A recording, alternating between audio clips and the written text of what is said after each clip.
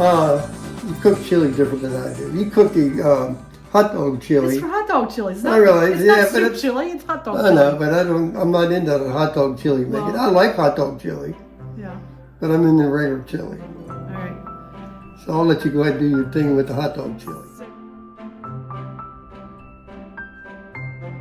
All right, now that he's out of the kitchen, welcome to my kitchen. It's Sheila with Home Sweet Adventures. So today we're going to be cooking hot dog chili. That's right, no beans in it, just the ground beef. And I like this on our hot dogs. We're having people over for our Bible study group tomorrow night. We're serving hot dogs and hamburgers. So I've got some vegetable oil, about a tablespoon, just heating up in the bottom of a Dutch oven. I'm going to add 2 pounds of ground beef. I mean, Ron might like chili with beans in it, and he will eat that on his hot dogs, but I like this best for hot dogs. It's very nostalgic. We used to buy it in a can in the grocery store when we were little. I like that stuff too, but this is a lot better. Our stove is turned off right now, but I'm going to go ahead and take a paper towel and a pair of tongs and just soak up some of that grease in there. I'm going to turn my stove back up to medium high, and we're going to start cooking again. So I've got the ground beef browned up. It's 2 pounds. I'm going to add 2 cups of water.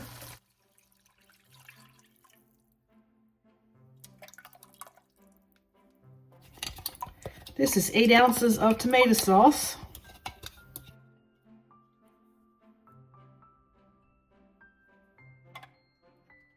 And 6 ounces of tomato paste.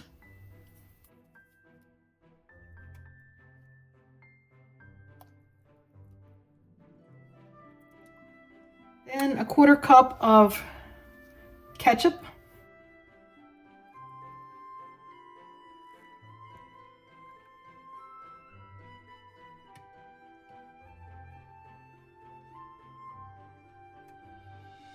I'm going to get this cooking for a little while, and we'll be back to add the other ingredients.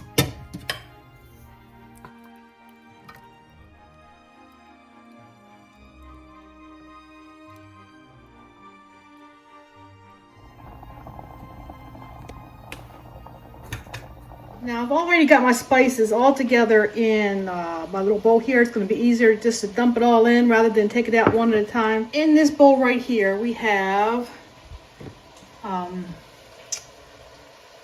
2 tablespoons of chili powder, 1 tablespoon of cumin, 1 tablespoon of garlic powder. You're supposed to have 1 tablespoon of onion powder as well, but I didn't have it. I just added granulated onion instead. And a teaspoon of salt, a teaspoon of oregano. I've got that out of my garden this year. And 1 tablespoon of brown sugar. And then you're also going to have 1 medium onion chopped up. This is a big one, but half of this maybe. I'm going to be using the dried onion instead of a chopped onion.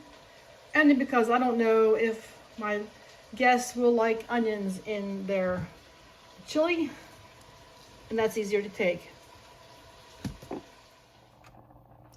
All right, let's get the rest of the ingredients in. We're going to have a teaspoon of Worcestershire sauce. I'm just going to kind of guess at that. A 1/2 cup of beef broth.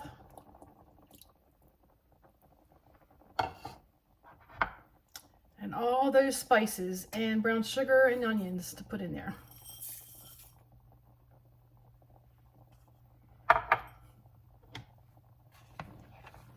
Just stir that together, and we're going to let this simmer for an hour. And you're going to come in and check it, and if it needs a little bit more liquid, add some more water or beef broth. But cook it a good hour. Won't simmer. Oh, that already looks good. It smells good too. Can't wait for a hot dog.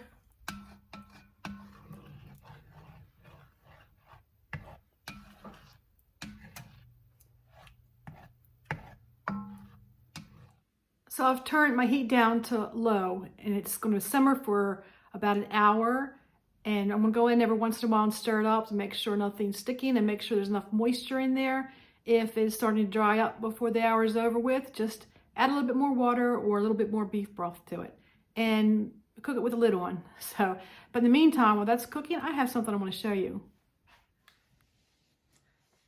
So while I've been cooking, this is the recipe book that I've been using, and it looks a little different, doesn't it?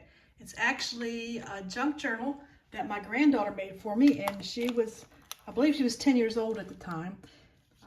Junk journaling is a craft that I enjoy doing, and she has made this one for me. I thought that was such a special thing last year when she gave it to me. She had made it all on her own. I asked her if she would mind if I used it as a recipe book, and she loved that idea. So we're using it. This recipe book is for my appetizers and my dips and things like that. I got my soft pretzels in there, and see, I can add little pictures from the magazines I've taken it out of and decorate it up, put them in cards. I can bring this out and use that as a recipe and put it back in. Just a really little fun thing to do. So today's recipe was here. I don't know if you can see it or not because the color doesn't pop out as much. Hot dog chili. But anyway, I want to thank my granddaughter for making this for me.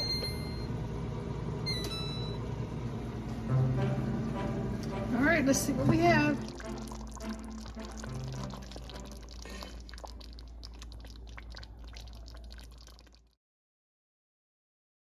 Tonight's the night. The Bible study group's coming over. Me and Ron have been busy getting the house all cleaned up and ready for company. And right now I'm going to start my macaroni and cheese. Thought you might like to watch. I'm going to put my shredder in my food processor and we will shred some cheddar cheese. There's something I'm going to do first. I'm going to put the water on the boil so it'll be boiling when I'm ready for it. I'm using a Dutch oven pan.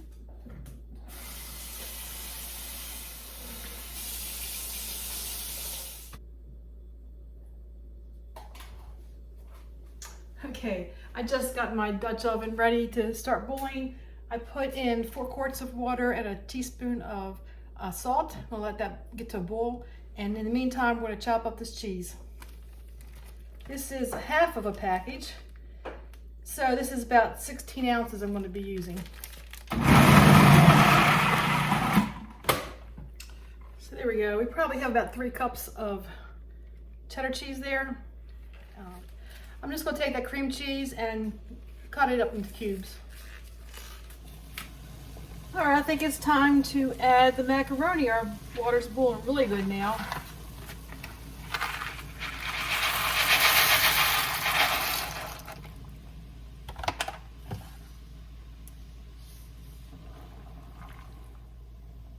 I'm going to bring this to a boil again and then turn it down to a simmer and let it cook until it's al dente, probably about 9 or 10 minutes. It's going to cook again in the oven, so you don't want to get it too overdone.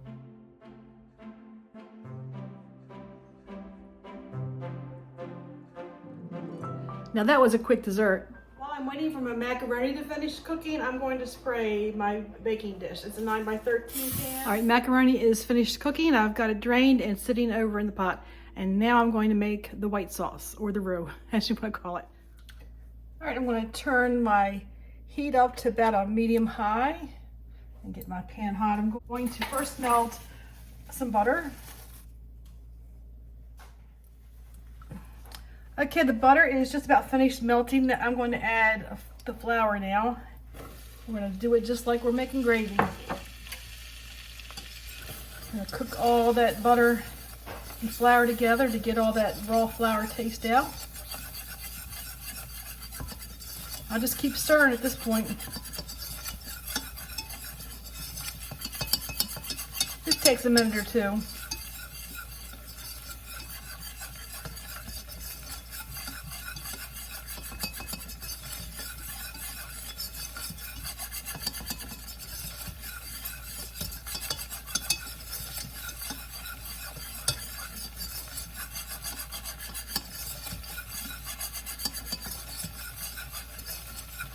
All right, now I'm going to add the milk in.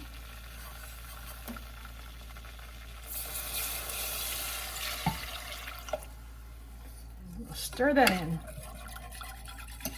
I like using a wire whisk. It does a lot better job than a spoon.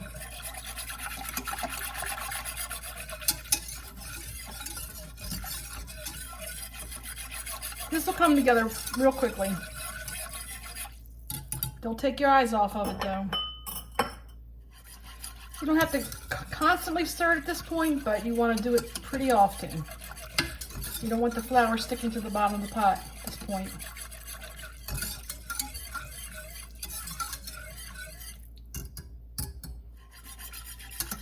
It'll start to thicken up after a couple minutes.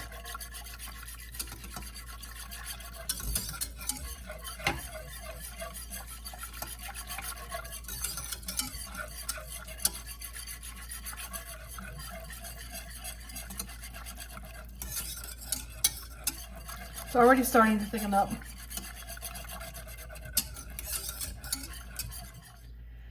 Yeah, it's starting to get to the point right now where you're going to want to whisk it constantly until it's ready. It's getting thick, but not thick enough yet.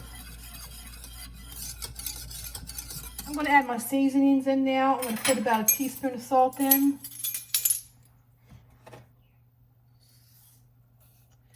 And I'm going to put a half a teaspoon of black pepper. Some people like more black pepper. You can add more. Or you can cut down the salt if you want. And then I'm going to add some dry mustard. A half a teaspoon. And let's get back in there. Yeah, look at that. You can see it's thick now. It's probably just about done here. All right, we'll take it off the heat now and add the cheese. Okay, we're going to put that cream cheese in there. That was an 8-ounce package. So you can use any kind of cheese in any combination as long as it's a good melting cheese. Whatever you like best. And then let's put that cheddar in there. I'm not sure if I'm going to use all of this or not because I had a lot. Stir that up together. The heat from that white sauce is going to melt the cheese. If it needs a little help, just put it on a low burner again. But normally, just a little stirring and sitting in the white sauce does the trick. And just keep stirring until all the cheese is melted and it looks smooth. The cream cheese takes a little bit longer. You'll see the lumps of the cream cheese in it.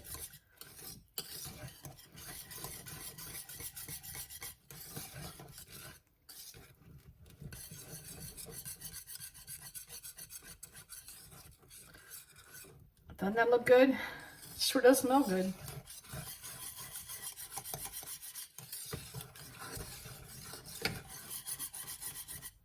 Now the cheddar's all melted, just waiting for these lumps of cream cheese to melt now. I think I'm going to let it sit for a second on its own. I do think I did not hit record when I added that yummy cheese to my macaroni, but here it is. It's looking good and smelling good. I'm going to put this in a 9x13 pan that's been greased, and we're going to put it in the oven for about 35 minutes on 350. We'll put this in there and keep an eye on it to make sure that it's getting nice and bubbly but not burnt, okay? This would be a good base for a whole meal. Like if you want to put broccoli and chicken in here, or ham or bacon. I've seen people use this as a base for, they would use a baked potato, put this on top of the potato, and then pork barbecue. They do that at Dollywood. Oh, it's so good.